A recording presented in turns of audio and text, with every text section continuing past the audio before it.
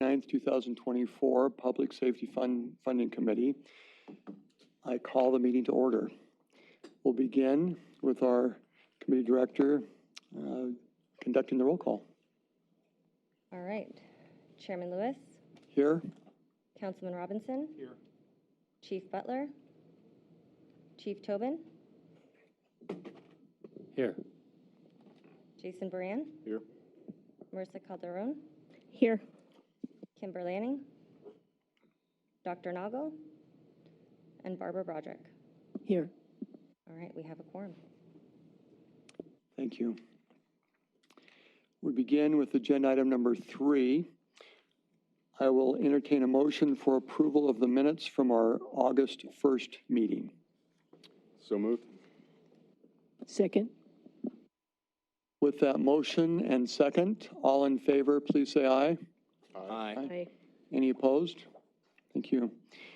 Agenda item number 4, we'll note that since our last meeting, we did have one public comment electronically arrive, and you've submitted that to the committee and passed it to appropriate county leaders or Correct. team members. Yes, we've moved it along to the All right, appropriate. thank you. And for this meeting, if there are comments that the public would like to make, the electronic approach is available and described on our committee meeting notice. Is that correct? Thank you. Agenda item number 5, we'll now ask Brandon Nee from our County Supervisor Association, provide the presentation on the detention recruitment and retention study. Brandon, welcome. Thank you very much for having me. Always hated panel interviews, but here we are. Here we are. Where we are, red means go, but that makes more sense. So my name is Brandon Nee. I'm with the County Supervisors Association, and I'm part of our research team. That component of CSA, along with our policy team, seeks to kind of inform or better inform the ongoing relationship between counties and the state. But we will also support efficient administration within individual county levels. And so as some examples of that, we'll work on a wide range of projects from what we would call like resource guides on maybe difficult or constantly reoccurring county subjects like property tax administration or expenditure limits and overrides, all the way up to really complicated multi-year projects that often have large financial or management implications at counties. So an example of that, we've been working the last 5 years on the public safety retirement system and trying to change bad actuarial assumptions and fixing some of the debt that existed over there. So that's kind of what we work on. We'll often, to that end, search for partnerships that enhance what our internal team is able to do. So it just adds more resources, more research capacity. And so what I'm going to talk about today comes from one of those partnerships. So the detention and staffing study, it is a partnership that's worked really well in the last couple of years with the Board of Regents and their community grants program. So that program provides research dollars, but also access to the 3 state universities to conduct the research. So a lot of expertise that's housed in those 3 universities. And so you'll see this project was handled by 2 of the universities. It was a joint proposal, and I left their names on here. These are the 2 research leads. So research projects often start with anecdotes, and this is one of those cases. So we had kind of a laundry list of either stories we'd been hearing or pressures that people were feeling. And so some of the ones in this case, detention facilities nationwide were seeing personnel loss and burnouts, and they were attributing the increasing levels of that to COVID-19, but it also just seemed to be an ongoing issue throughout time. Historically, high turnover rates were being experienced in many states, and then we were seeing the increase in rate of retirements. We were also seeing during the pandemic declining detention population numbers that then started to either normalize or return to historically like increasing levels. And that was something that I worked in the governor's office during the Great Recession, something we definitely saw at DOC, the Department of Corrections. During that period of time where there were job losses and resources were hard to come by, ironically, crime rates dipped, and we saw the population not only stagnate, but even reverse at times. And then lastly, most of the data that we had on this subject was coming from urban areas. And so in this case, we were definitely trying to get more of a statewide lens of what was going on across all of DOC's facilities as well as the county detention facilities. In terms of the conception of the project, CSA jointly with the Sheriff's Association submitted what's called an opportunity statement to the Board of Regents. ASU and U of A jointly submitted a proposal and a budget. That project proposal and the funding for that were approved by the Board of Regents just this April. And so out of those issues, we created some project objectives as well as came up with 4 sort of overarching research questions that the research teams were charged with answering. So in terms of objectives, the main objective, identify the challenges of recruitment and retention of detention officers in metro and rural areas of Arizona, and then explore potential solutions that are aimed at providing data that stakeholders can use to advance recruitment and efforts and boost retention. So we've kind of learned by, and we did something similar a year prior on law enforcement and firefighters, there's not one audience, there's not one thing that you're going to find that's sort of a magic bullet. So there's going to be a wide range of proposed solutions, but also people to work through. So you think most simply going to the legislature with a bill that could fix something, but more often than not, it's really about creating a toolbox or a menu of things that practitioners can look at potentially using in trying to describe value or priority of those things and the likelihood that they'll work.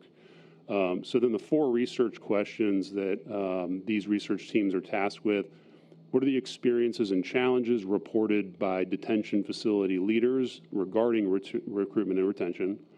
What are the views and experiences of current detention officers about their work environment, staffing issues, and best ways to retain current staff? What were the experiences of detention officers who left the career before full retirement? And then what recruitment factors are most effective in recruiting potential detention officers? So this is just a map of those same questions, but we'll go through some of the research methodologies that those research teams came up with to try and answer some of these questions. So ASU is charged with, they're doing one-on-one interviews with detention facility leadership across the state. So think about HR personnel, detention staff, sheriffs themselves, jail commanders, as well as personnel at the Department of Corrections. Secondly, to get at the views of current detention officers, they'll also do some one-on-one interviews of detention officers and corrections officers, so not just leadership, but line-level employees. They're also going to do a statewide survey of current detention officers. So not that we would expect everyone in the state to respond. If last year's any indication, we got about 20% of all current employees in those positions to respond. It was a really good response rate. And then we also have data from the retirement system on members. So it's anonymized. We can't see things like names, but who are they working for? When did they start? If they left, when did that happen or transfer? What were their salaries, salary progression throughout their careers, things like that.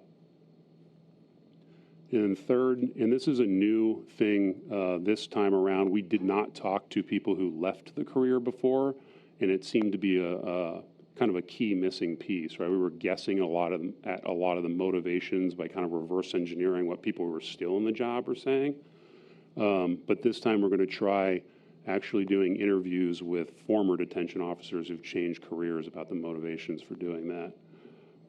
And then lastly, in terms of figuring out what recruitment factors would be most effective, the University of Arizona will survey Arizona residents that would make up a population that would loosely represent people that are, kind of in that job population, about things that interest them in the career, things that would motivate them or not motivate them to take this on as a career.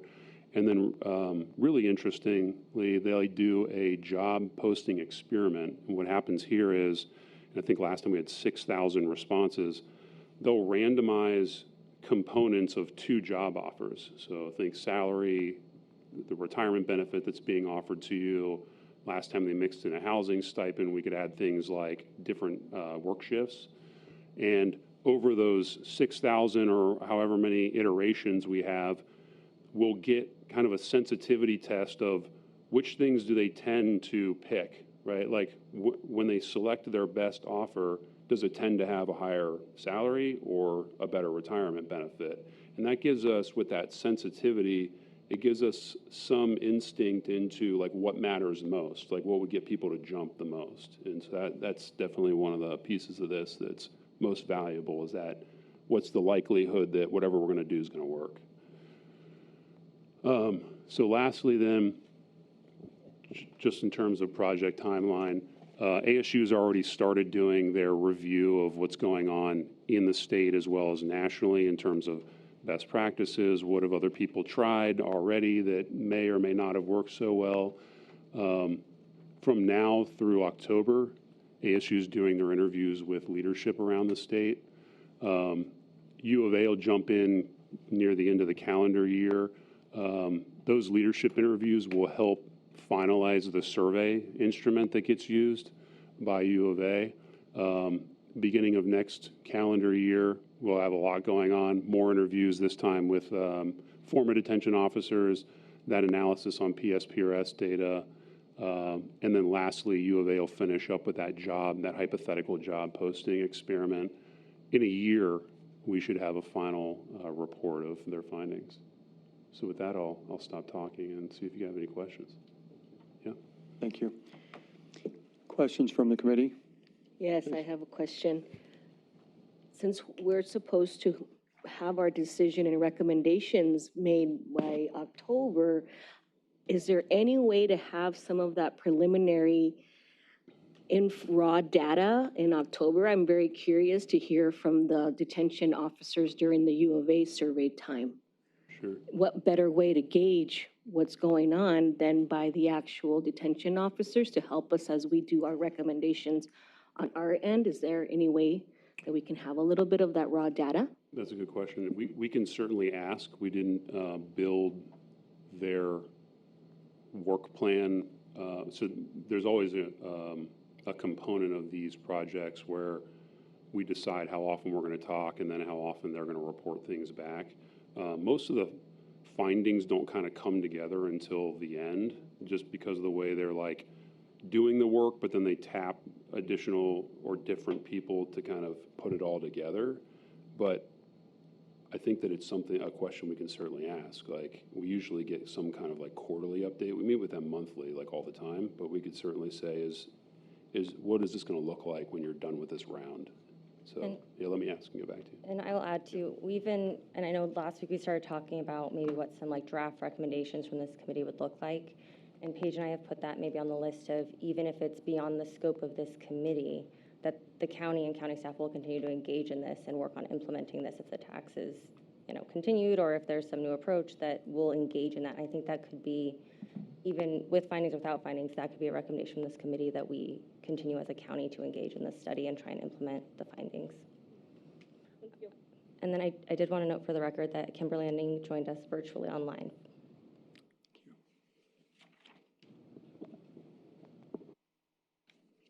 Mr. Chairman, one more if no one else has a question. Brandon, this is great. Just a sort of a random question maybe. Does this program provide experiential learning for the students, or is it really a professor-driven study? Do you happen to know? Yeah, the projects are obviously put together by the professors, but they lean heavily on both master's and PhD level students, for sure. Awesome, thanks. Any other comments, questions? I'll just say, Mr. Chair, that throughout our tours and presentations, there's been a couple of kind of emerging issues that we've flagged for something that we would include, and this is one of the two of them is, staffing is a difficulty in all public safety, but definitely for detention officers. So we appreciate CSA coming and talking about it because it's been something that's been very much on the radar throughout the presentations. Thank you. Thank you, Brandon.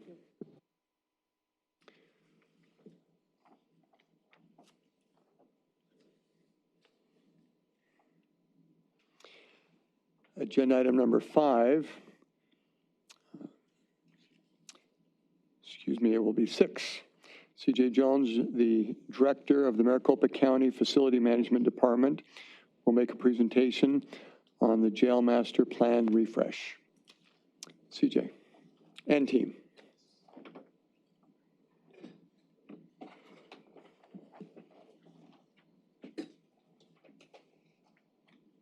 Good afternoon.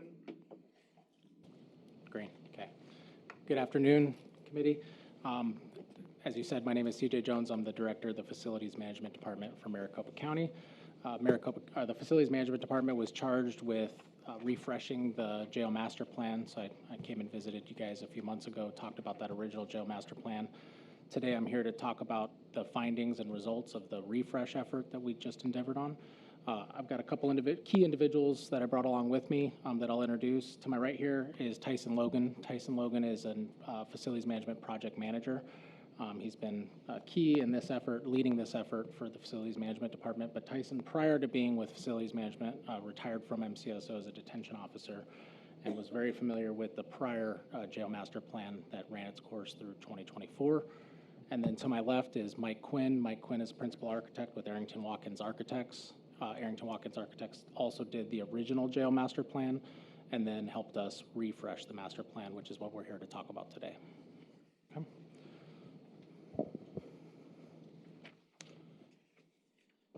So since we used the 2013-2014 version of the jail master plan as a leaping point for the recent jail master plan refresh effort, I wanted to highlight the goals of the 2013-2014 effort. You might recall I previously presented an overview of this master plan to the committee where I outlined the original recommendations, implementations, and deviations from the original plan. The primary goals when developing the original jail master plan were to develop a 10-year detention facilities master plan for 2014 through 2024, develop creative solutions for the use of current facilities and future needs with the objective of replacing aging facilities and improving existing jail sites, and identifying costs, schedules associated with the renovations of existing facilities, demolition of older jails, and construction of new jail facilities.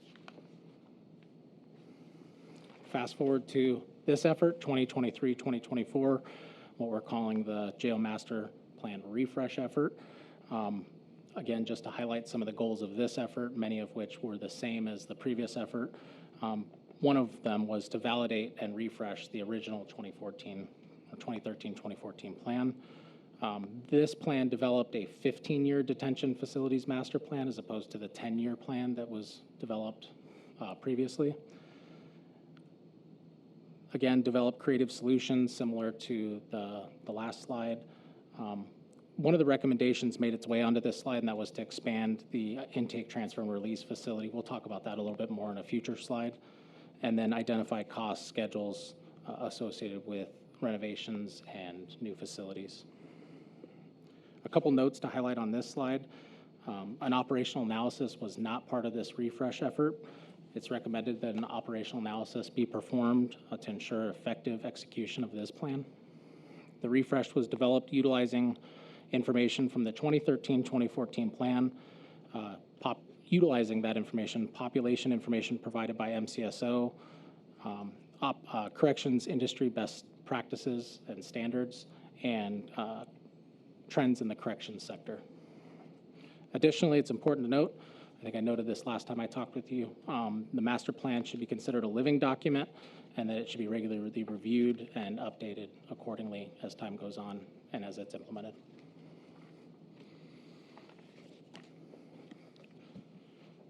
So this chart summarizes the capacity and need summary, which is one of the, yeah, sure. Mr. Chair, Please. what did you mean by you needed an operational plan in the analysis? What does that mean? Tell me more about that, just so I understand. Sure. So the effort we went on for the refresh focused solely on the numbers and figures that we know up to today from MCSO. It's based on ACA standards that are issued for, correctional standards, trends.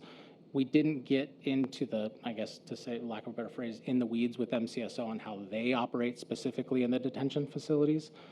We know some of that. Arrington Watkins is familiar with that based on their prior effort, and not only the jail master plan, but also their design of other jail facilities for the county. But we didn't get into a detailed operational analysis of MCSO's current operations. Mr. Chair, can I take that to mean what we really have here is a good study of infrastructure and not necessarily staffing and programming? Correct. Good. Thank you. So as I mentioned, this is a chart showing capacity and needs summary. This was one of the primary outputs of the jail master plan refresh. So using that information I talked about on the prior slide, our consultant Arrington Watkins identified a projected shortage of 3,661 beds at the end of the 15-year period in 2039. This figure assumes no additional bed capacity is added to the current system during that 15-year period. To calculate this shortage, we first had to establish a baseline bed capacity for 2024. This baseline or recommended operational capacity was set at 7,060 beds for 2024.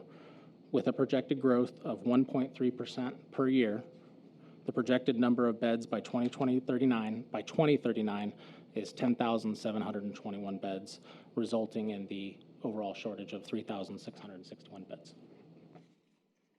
The baseline operational capacity of 7,060 beds considers various classifications of inmates, low, medium, and high, along with peaking considerations. So at certain points, the jail on average operates at X number of inmates, but they experience peaks where, a large amount of inmates enter the system for whatever reason. MCSO, I just want to note, operates regularly with a population in excess of this recommended capacity, the 7,060, which is one of many factors that has contributed to the significant fatigue experienced in these facilities.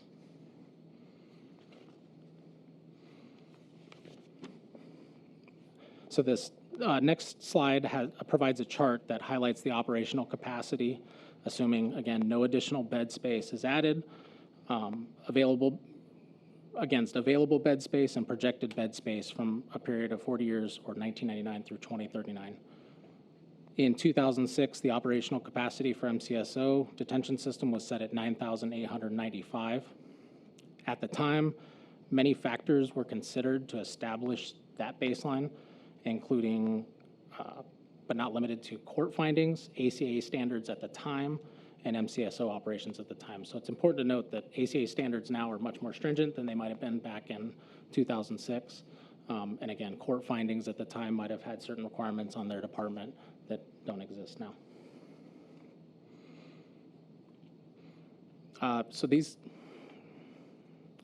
As discussed on the previous slide, the recommended operational capacity in 2024 is 7,060 beds. The calculations used to forecast these projections omit the period of COVID, which is the obvious valley shown on this chart here.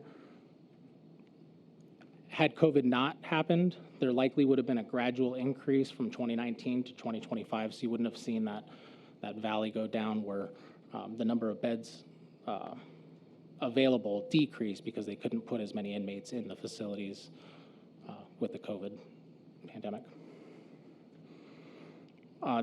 The reduction in operational capacity is due to the Durango jail being decommissioned, removal of tents, and establishing a new baseline against current ACA standards. Ultimately, this chart helps illustrate the need for additional bed space.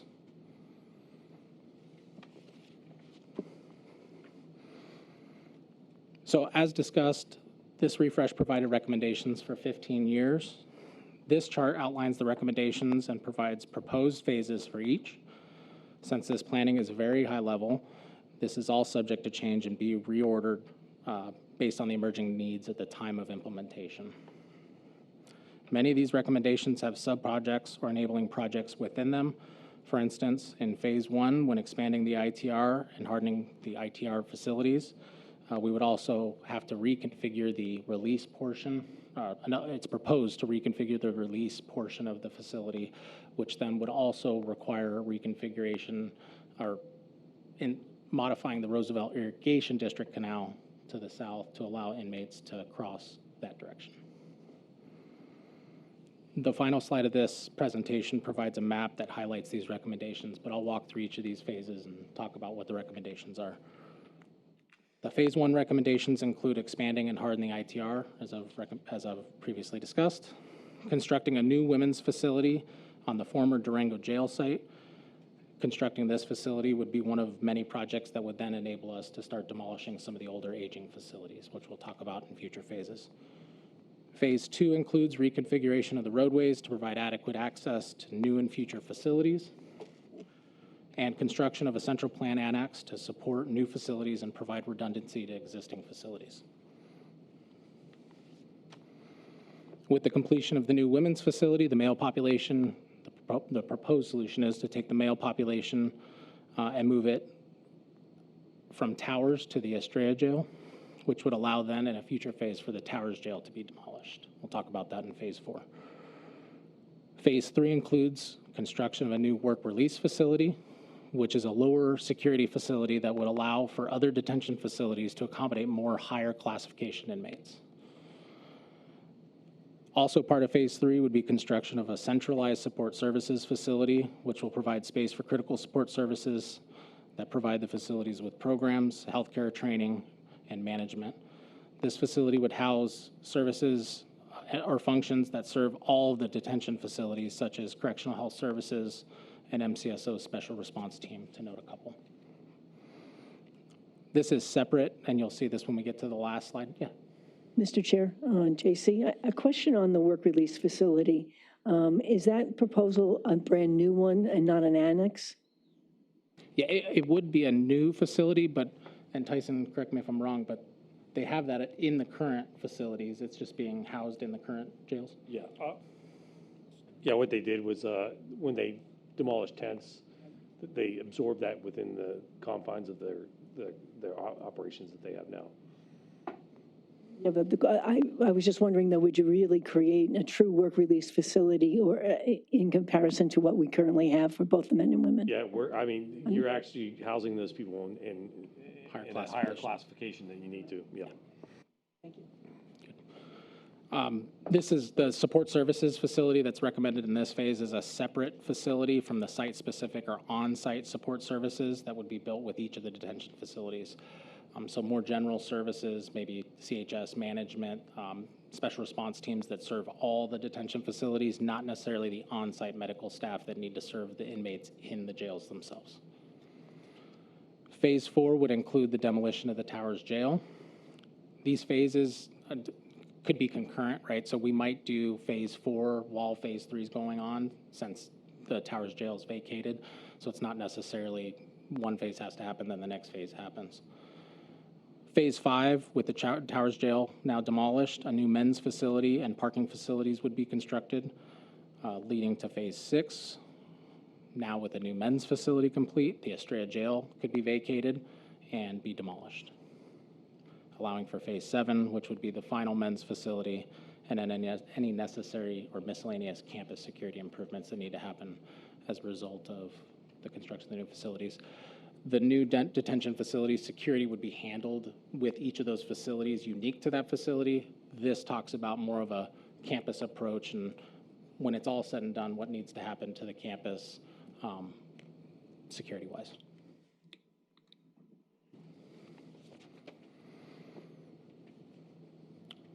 So these recommendations and sub-enabling projects total to an estimate of $1.6 to $2.0 billion over the next 15 years. These budgets have been escalated to reflect the proposed year of the project. In addition to the projects just reviewed, part of the estimate includes major maintenance and improvements to the existing facilities.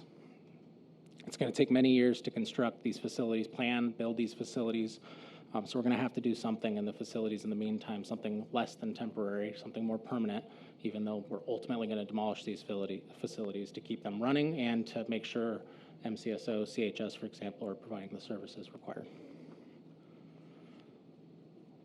One final note that I want to note on this slide is the difference in cost for building the various men's and women's 1,664 bed facilities.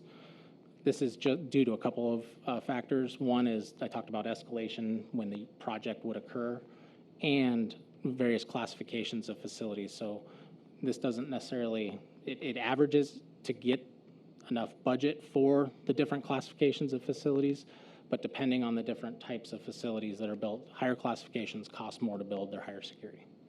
Okay. Any questions? Land, is that part of the analysis? Do we need to be purchasing any land, or do we have it? No, we have it. It's all on the Durango campus, and we basically be freeing up land by demolishing older aged facilities that have lived their life, building the new facility, moving the inmates, moving them back. When the new facility is built, demo that facility, build a new facility. So sort of a hopscotch of moving inmates around and building and demolishing facilities along the way.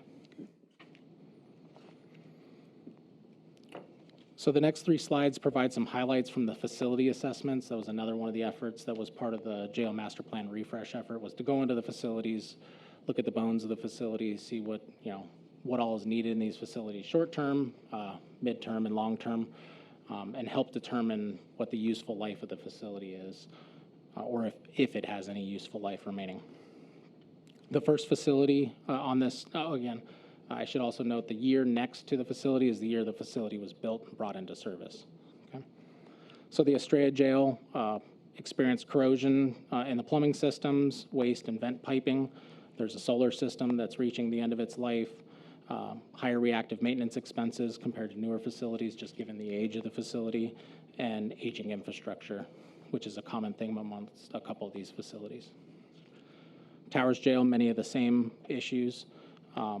Solar systems are reaching the end of their life, and aging infrastructure, and again, that increased maintenance costs due to the age of the facility.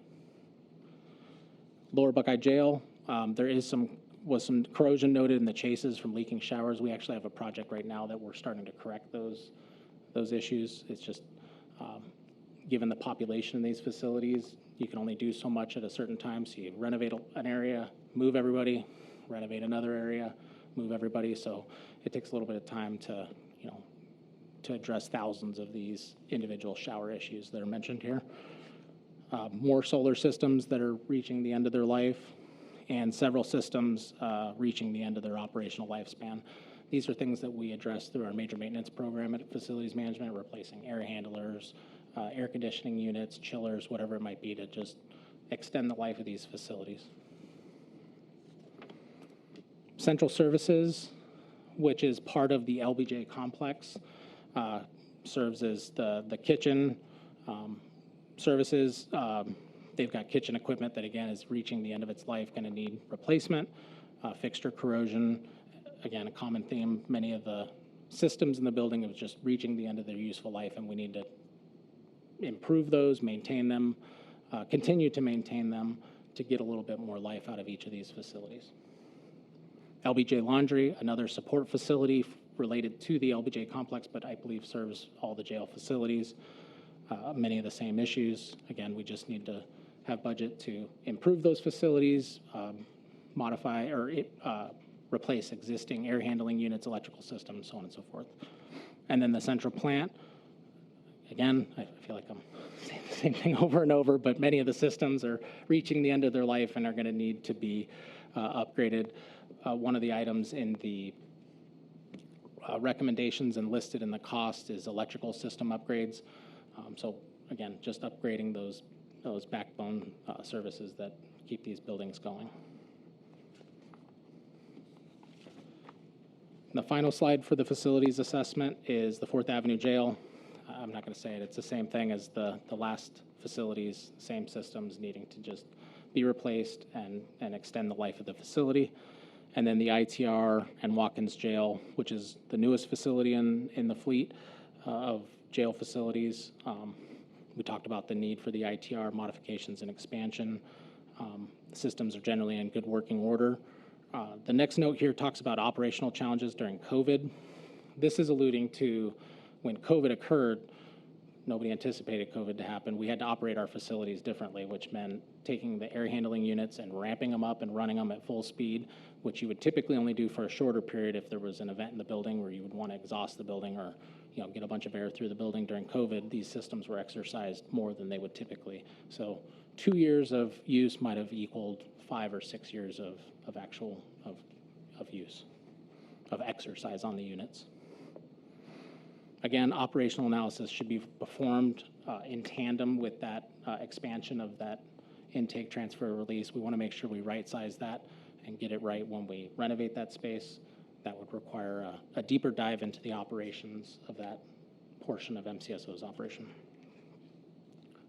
Before I go on to the final slide, just for reference, Estrella Jail is 33 years old, Towers Jail, 43 years old, LBJ, 20 years old, and 4th Avenue Jail is 20 years old.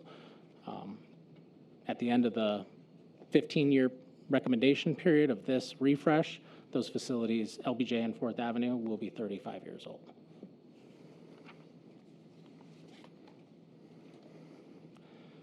Finally, and as I mentioned previously, this slide provides a very conceptual overview of the recommendations of the plan.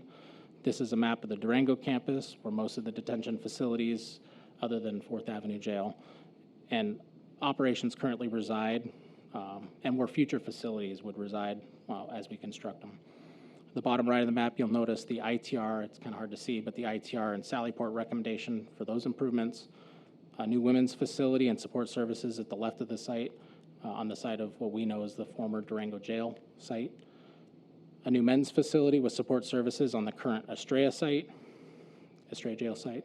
And then finally, a proposed work release facility along with the proposed centralized support services and a new men's facility on the current Towers Jail site.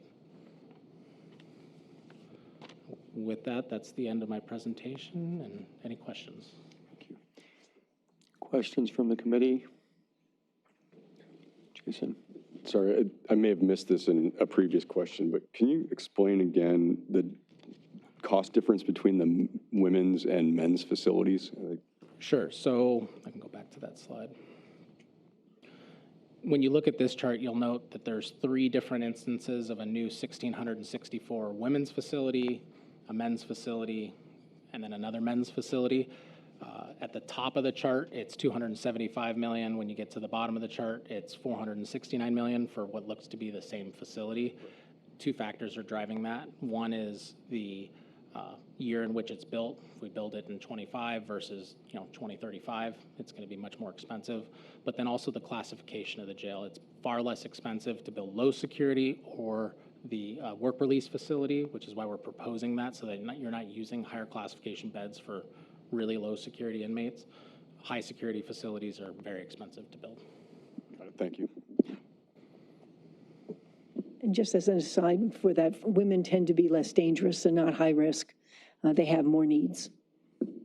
So they're low and medium.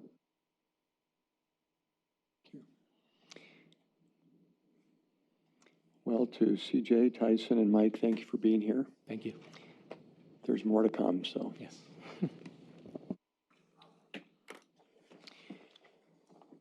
We will move to Am I able to agenda unmute item number myself? 7. Our director's report. Oh. Is that Kimber? Okay. It is, Member, Mr. Chair. please. Sorry, I had my hand up, but I didn't, I wasn't able to unmute myself. It may be too late to ask my question. I was simply going to ask the question why the estimate is such a broad window. When you get into billions, we're talking about a $400 million window there, and I wondered if they could shed any light onto why it's not, we're not able to tighten up that window. That's a really big window. CJ, please. I appreciate it. I'm sorry for the frustration. Sure, no problem. So if you total all the recommendations, it takes you to the 1.6 billion. The reason we added the additional 400 million, I know it's a lot, but we're very, very, I wouldn't even call it conceptual. We're high level conceptual, I guess, is if that's what you want to call it. There's a lot of unknowns that need to be worked out. We talked about the operational piece that we would need to work through. So some of these things may change depending on what the operational needs are. And as we execute this plan, we're doing it over a 15-year period. So it's likely even by the time we're implementing these recommendations, there's going to be some changes. So I know it's a big buffer, but at this time, that's really what we felt comfortable with given the scale of unknowns. Okay, thank you. Okay, thanks, Kimber. Any other questions comments? Okay, thank you. We'll move to agenda item number 7, our director's report. Danny, please. All right, thank you all. I just wanted to give you guys a couple of quick updates. So we're starting to kind of round third base with some of these components. So the jail master plan is one of the big components of what we're looking at because it's looking at the capital costs. So I wanted to just kind of go through the kind of report final setup and just kind of talk through the different components and give you an update on where they're all at. So this first one, the staff memo to committee. So once we get all of these components, Paige and I will be working on putting together a memo that kind of encapsulates all the different components into one thing that this committee can review, approve, and then we'll take that into public meetings to get public feedback. So that's that first one. The second one is our consultant report. They are continuing to work through their findings and kind of shoring those up with all the different departments. So once that's completed, they'll present it to you, and it will be an attachment to that staff memo. So it will go hand in hand with it. Jail master plan, so this one will be wrapped up. We have a shortened version, just like a 6-pager that's like a stakeholder overview that has kind of the overarching details that we'll include as an attachment as well.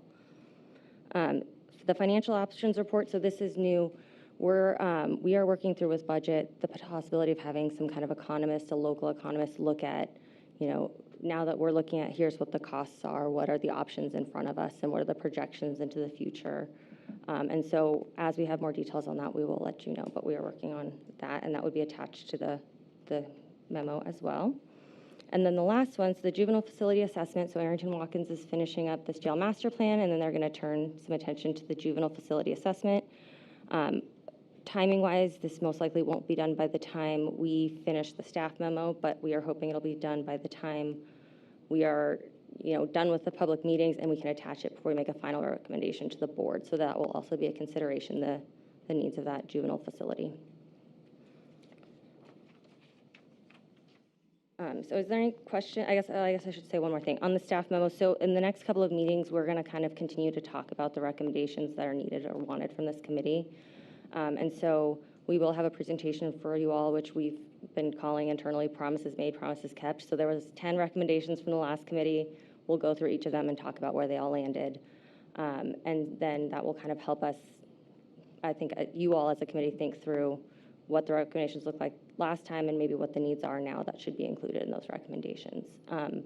Those were aside from the committee's recommendations for going to the legislature for the tax. They were more operational, and one of them was build, X number of beds based on the needs assessment. And so stuff like that could be in there, and we'll go through all of those hopefully at our next meeting. All right. Oops. Okay, so I just wanted to run through real quick some of our upcoming schedule. I know I already talked about a couple of these, but we'll have a couple more presentations from the consultant on their findings of where we're spending the money and the mandates that are tied to that funding. Next meeting, we're going to actually have the per diem consultant. So we contract with a consultant that sets the per diem rate that cities pay for booking and housing. And so they're going to come in and just talk about their methodology. It does go into the detention fund. It's a small piece of it, but it is a component of it. So I think it'll be good to at least have that conversation about how that's set. The budget capital funding overview. So this will kind of be a little bit of a follow-up to what we heard today on the jail master plan. We're going to have budget come back and just kind of give an overview of how we fund capital at the county, both detentions and otherwise, just to kind of give an overview in case there's any questions about the funding of capital projects. promises made, promises kept, we talked about that, and then it'll be followed up with 1 or 2 committee discussions of what you guys see as the recommendations that you guys would like to adopt as well. The communications plan, we are working with Central Creative. They are a firm that specializes in public outreach here in Arizona. So they have actually done a lot of projects for some of our other county departments like McDOT. And so we're very grateful to have them on board because they are helping us plan all of these public meetings and all of the different factors that go into those, like accessibility, finding the right locations, the time of day, all that stuff. So they're going to come in and give a communications plan next month as well. The financial options presentation, that is what I mentioned before on the financial options report, hopefully from some kind of economist that we will hear from them as well. And then this last one, so presentation from public health and medical examiner. So throughout this committee process, and I know in the news recently you've heard about some of these emerging issues that we've talked about facing our community and the impact on the deaths in our jail facilities, both nationwide and in Maricopa County. So in Maricopa County, we obviously take this issue very seriously. I think you've heard that from the employees that have come and presented to you.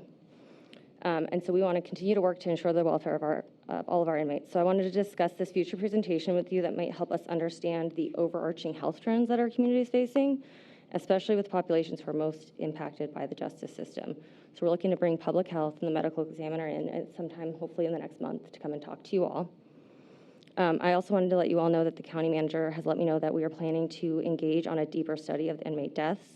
So this is going to be a long-term initiative, but we want to make sure you all knew that efforts are being made. And so as it develops, I'll let you all know, but that's all the details I have at this time. So that is the conclusion of my director's report. If there is nothing else, I think we would adjourn and then go to executive session. Let me summarize because I had a chance to talk with Danny before the meeting. We noted September 12th, our next meeting, Yes. then September 26th, and then October 10th. And so my assessment and looking at the schedule is that those would be 3 key meetings, and we would be at a point to have some information that we would then share in some public meetings. Yes, correct. So our hope is that October 10th, we'll have that committee memo finalized. You guys can kind of put a stamp of approval after we've gone through all the recommendations with you all, and then we will go into public webinars, hopefully at the last week of October, which we just heard is fall break, so that's a little TBD, but doing some public webinars that everyone can go to, a couple of different options, and then we'll come back to the committee and think about a final recommendation to the board, and after that we can go into the districts and do informational meetings in each district as well. Okay, thank you. To our committee members, do you have any questions about what our director just shared? Okay, Kimber? Okay. As noted on the agenda, we do have an option to come back, but if we entertain 2 motions, one to go into executive session, and then a second one to adjourn this regular public meeting, we will not need to return back here. So I'll begin by entertaining a motion to move to an executive session. Move to executive session. Second. Okay, with that motion second, all in favor say aye. Aye. Any opposed? Aye. Thank you. I will entertain a motion to adjourn this regular meeting. Is there a motion? So moved. Second. Okay, with that motion and second, all in favor say aye. Aye. Any opposed? Thank you. We will move to our executive session.